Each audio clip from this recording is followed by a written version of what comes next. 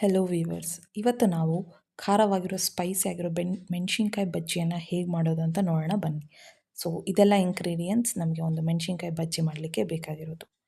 First ಏನು ಮಾಡಬೇಕಂದ್ರೆ ನಾವು ಒಂದು ಬ್ಯಾಟರ್ನ ರೆಡಿ ಮಾಡಬೇಕು. ಒಂದು ಮಿಕ್ಸಿಂಗ್ ಬೌಲಿಗೆ ಮೇಯ್ನ್ ಆದಂಥ ಕಡಲೆ ಹಿಟ್ಟನ್ನು ಹಾಕ್ಕೊಳ್ಳೋಣ. ನೆಕ್ಸ್ಟ್ ಇದಕ್ಕೆ ಬೇಕಾಗಿರೋ ಅಷ್ಟು ಟರ್ಮರಿಕ್ ಅಂದರೆ ಅರಿಶಿಣ ಪುಡಿ. ಅರಿಶಿಣ ಪುಡಿ ಆದ ನಂತರ ನಾವಿಲ್ಲಿ ಯೂಸ್ ಮಾಡ್ತಾ ಇರೋದು ಓಮಕಾಳು. ಓಮಕಾಳು ಏನಕ್ಕಪ್ಪ ಅಂದರೆ ಇದು ಬಜ್ಜಿ ತಿಂದರೂ ಸಹ ಕೆಲವರಿಗೆ ಡೈಜೆಷನ್ ಪ್ರಾಬ್ಲಮ್ ಇತ್ತು ಅಂದರೆ ಡೈಜೆಷನ್ ರಿಲೀವ್ ಮಾಡೋಕ್ಕೆ ಹೆಲ್ಪ್ ಮಾಡುತ್ತೆ.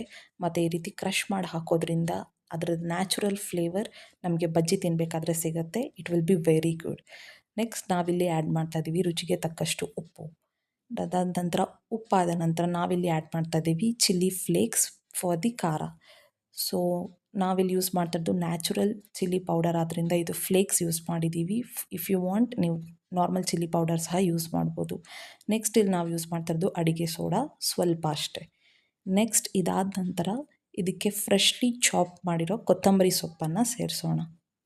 ಸೊ ಇದೆಲ್ಲ ಆದ ನಂತರ ಬ್ಯಾಟರ್ನ ಕ್ಲೀನಾಗಿ ವಿತೌಟ್ ಎನಿ ವಾಟರ್, ಏನು ವಾಟರ್ ಆ್ಯಡ್ ಮಾಡ್ದಿರ ಕ್ಲೀನಾಗಿ ಡ್ರೈ ಆಗಿ ಸ್ವಲ್ಪ ಮಿಕ್ಸ್ ಮಾಡೋಣ. ಬಿಕಾಸ್ ಎನಿ ಲಂಪ್ಸ್ ಏನಾದರೂ ಸ್ವಲ್ಪ ಗಂಟಿತ್ತು ಅಂದರೆ ಕಡಲೆ ಹಿಟ್ಟಲ್ಲಾದರೂ ಯಾವುದಲ್ಲಾದರೂ ನಾವು ಹಾಕಿರೋದ್ರಲ್ಲಿ ಈ ಥರ ಮಾಡೋದ್ರಿಂದ ಹಿಟ್ಟು ಫ್ರೀ ಆಗುತ್ತೆ.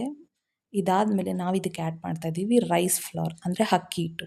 ಅಕ್ಕಿ ಹಿಟ್ಟಿಂದ ಈ ಮೇಯ್ನ್ ಅಡ್ವಾಂಟೇಜ್ ಏನಪ್ಪ ಅಂತ ಅಂದರೆ ಬಜ್ಜಿ ತುಂಬ ಕ್ರಿಸ್ಪಿಯಾಗಿ ಬರುತ್ತೆ. ಮತ್ತು ಆದಷ್ಟು ಸಾಫ್ಟ್ನೆಸ್ ಇದ್ದರೂ ಸಹ ನಿಮಗೆ ಬಜ್ಜಿ ಕ್ರಿಸ್ಪಿ ಕರುಮ್ ಕರುಮ್ ಅಂತ ಸೌಂಡ್ ಬರುತ್ತೆ. ಸೊ ಇದಾದ ನಂತರ ನಾವು ಇದಕ್ಕೆ ಆ್ಯಡ್ ಮಾಡ್ತಾ ಇದ್ದೀವಿ Kashmiri chilli powder because for the colour. So natural colour ಸಿಗಲಿ ಸ್ವಲ್ಪ ಅಂತ ನಾವಿಲ್ಲಿ ಕಾಶ್ಮೀರಿ ಚಿಲ್ಲಿ ಪೌಡರ್ನ ಯೂಸ್ ಮಾಡ್ತಾ ಇದ್ದೀವಿ. ನೆಕ್ಸ್ಟ್ ಈಗ ಬ್ಯಾಟರ್ ರೆಡಿ ಮಾಡಬೇಕಾದ್ರೆ ಸ್ವಲ್ಪನೇ ನೀರು ಹಾಕಿ ಮಿಕ್ಸ್ ಮಾಡಿ. ಬಿಕಾಸ್ ಒಂದೇ ಸರಿ ನೀರು ಹಾಕಿದ್ರೆ ನಿಮಗೆ ಪ್ರಾಪರ್ ಕನ್ಸಿಸ್ಟೆನ್ಸಿ ಸಿಗೋದಿಲ್ಲ, ತೆಳ್ಳಗಾಗುತ್ತೆ. ನೆಕ್ಸ್ಟ್ ನೀವು ಅದಾದಮೇಲೆ ಮತ್ತೆ ಅದಕ್ಕೆ ಕಡಲೆ ಹಿಟ್ಟನ್ನು ಹಾಕ್ತೀನಿ ಇಲ್ಲ ಅಕ್ಕಿ ಹಿಟ್ಟನ್ನು ಹಾಕಿ ಸರಿ ಮಾಡಬೇಕು ಅಂತ ಹೋದರೆ ಮತ್ತೆ ನಿಮಗೆ ಲಂಪ್ಸ್ ಸಿಗುತ್ತೆ, ಗಂಟಾಗ್ಬಿಡುತ್ತೆ. ಸೊ ಆಗ ಬಜ್ಜಿ ಕ್ಲೀನಾಗಿ ಬರೋದಿಲ್ಲ. ಸೊ ಅದಕ್ಕೆ ಬಿ ಕೇರ್ಫುಲ್. ಸ್ವಲ್ಪನೇ ನೀರನ್ನು ಸೇರಿಸಿ ಯಾವಾಗಲೂ ಕ್ಲಾಕ್ ವೈಸ್ ಅಂದರೆ ಈ ಥರ, ಮತ್ತು ಯಾವಾಗಲೂ ಆ್ಯಂಟಿ ಕ್ಲಾಕ್ ವೈಸ್ ಅಂದರೆ ಉಲ್ಟಾ ಕೈಯನ್ನು ಆಡಿಸ್ತಾ ಬ್ಯಾಟರ್ನ ರೆಡಿ ಮಾಡ್ಕೋಬೇಕು. ಬ್ಯಾಟರ್ ರೆಡಿ ಮಾಡಬೇಕಾದ್ರೆ ನೀವು ನೋಡ್ಬೋದು ಎಷ್ಟು ಗುಡ್ ಕಲರ್ ಇದೆ ಅಂತ. Because of the turmeric we have used. ಅರಿಶಿಣ ಪೌಡರ್ನ ಆ್ಯಡ್ ಮಾಡೋದ್ರಿಂದ ಈ ರೀತಿ ನ್ಯಾಚುರಲ್ ಕಲರ್ ನಿಮಗೆ ಸಿಗುತ್ತೆ. This is purely your choice ಅಂದರೆ ನಿಮ್ಮ ಚಾಯ್ಸ್. ನಿಮಗೆ ಬೇಕಾದಾಗ ನೀವು ಆ್ಯಡ್ ಮಾಡ್ಬೋದು, ಇಲ್ಲಾಂದರೆ ಯು ಕ್ಯಾನ್ ಸ್ಕಿಪ್ ಆಲ್ಸೋ. ಇದಾದ ನಂತರ ಈ ಥರ ಕ್ಲೀನಾಗಿ ಕಲಸಿ ವಿತೌಟ್ ಎನಿ ಲಂಪ್ಸ್. ಆದಷ್ಟು ಕನ್ಸಿಸ್ಟೆನ್ಸಿ ನಿಮಗೆ ಯಾವ ರೀತಿ ಬೇಕೋ ಆ ರೀತಿ. ಇದು ನಿಮಗೆ ತುಂಬ ತೀರಾ ತಿಕ್ ಅನ್ನಿಸ್ತು ಅಂತ ಅಂದರೆ ನೀವು ಇನ್ನೂ ಸ್ವಲ್ಪ ವಾಟರ್ ಆ್ಯಡ್ ಮಾಡಿ ಇನ್ನೂ ಸ್ವಲ್ಪ ತಿನ್ ಸಹ ಮಾಡ್ಕೋಬೋದು. ಸೊ ನಿಮಗೆ ಬಜ್ಜಿ ಯಾವ ರೀತಿ ಬ್ಯಾಟರ್ ಕವರ್ ಆಗಿರಬೇಕು ಅನ್ನೋದ್ರ ಮೇಲೆ ಡಿಪೆಂಡ್ ಆಗುತ್ತೆ ಕನ್ಸಿಸ್ಟೆನ್ಸಿ. ಸೊ ಇದಾಗಿದೆ ಈಗ. ಸೊ ಇದನ್ನು ನಾವು ಒಂದು ಅಟ್ಲೀಸ್ಟ್ 15 to 20 ಮಿನಿಟ್ಸ್ ಕ್ಲೋಸ್ ಮಾಡಿ ರೆಸ್ಟ್ ಮಾಡಲಿಕ್ಕೆ ಬಿಡೋಣ. ಸೊ ಆಗಿದೆ 15 to 20 ಮಿನಿಟ್ಸ್. ನೋಡ್ಬೋದು ಬಿಸಿ ಆಯಿಲ್ಗೆ ಕರೆಕ್ಟಾಗಿ ಎಣ್ಣೆ ಕಾದಿರಬೇಕು. ಅದಕ್ಕೆ ಈಗ ನಾವು ಕೋಟ್ ಮಾಡ್ಕೊಂಡಿರೋ ಬ್ಯಾಟರ್ನ, ಬಜ್ಜಿನ ಕೋಟ್ ಮಾಡಿ ಬ್ಯಾಟರನ್ನು ಎಣ್ಣೆಗೆ ಹಾಕ್ತಾ ಇದ್ದೇವೆ. ಸೊ ಆಯಿಲ್ ಟೆಂಪ್ರೇಚರ್ ಯಾವಾಗಿದ್ರೂ ತುಂಬ ಇಂಪಾರ್ಟೆಂಟ್. ತುಂಬ ಕಡಿಮೆ ಕಾದಿರೋ ಎಣ್ಣೆಗೆ ಏನಾದರೂ ನೀವು ಬಜ್ಜಿ ಹಾಕ್ಲಿಕ್ಕೆ ಹೋದರೆ ಬಜ್ಜಿ ಸರಿಯಾಗಿ ಬರೋದಿಲ್ಲ ಮತ್ತು ತುಂಬ ಎಣ್ಣೆ ಕುಡಿಯುತ್ತೆ ಬಜ್ಜಿ.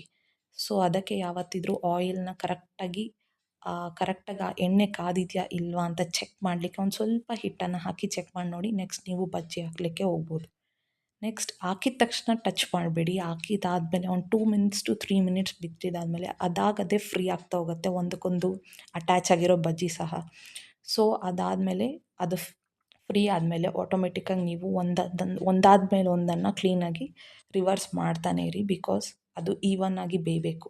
ಬಜ್ಜಿ ಎಲ್ಲವೂ ಸಹ ಈವನ್ ಆಗಿ ಬೇಯೋಕ್ಕೋಸ್ಕರ ಯಾವಾಗಾದರೂ ಒಂದು 2 ಮಿನಿಟ್ಸ್ ಒನ್ಸ್ ನೀವು ಈ ಥರ ತಿರುಗಿಸೋದು ಇಂಪಾರ್ಟೆಂಟ್. ಸೊ ನೀವು ನೋಡ್ಬೋದು this is the final colour.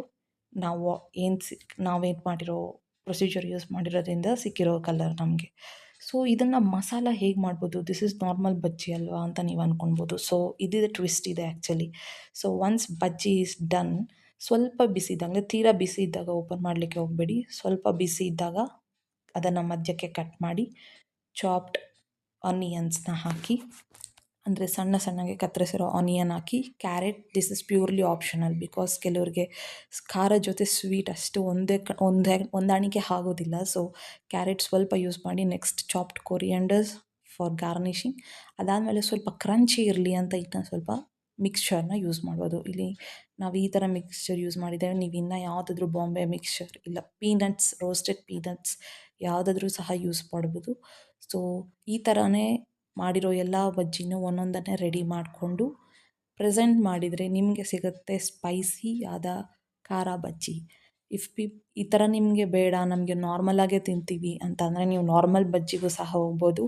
ಇಲ್ಲ ನಮಗೆ ನಾರ್ಮಲ್ ಬಜ್ಜಿ ತಿಂದು ಯಾವಾಗಲೂ ಬೋರ್ ಆಗಿದೆ ಅನ್ನೋರು ಸಹ ಈ ಥರ ಸ್ಪೆಷಲ್ ಸ್ಪೈಸಿ ಬಜ್ಜಿನ ಟ್ರೈ ಮಾಡಿ ನೋಡಿ. This is purely very traditional recipe. ಹೇಗಿದೆ ಅಂತ ಎಲ್ಲರೂ ಟ್ರೈ ಮಾಡಿ ಕಮೆಂಟಲ್ಲಿ ನಮಗೆ ತಿಳಿಸಿ. Thank you so much for watching this video.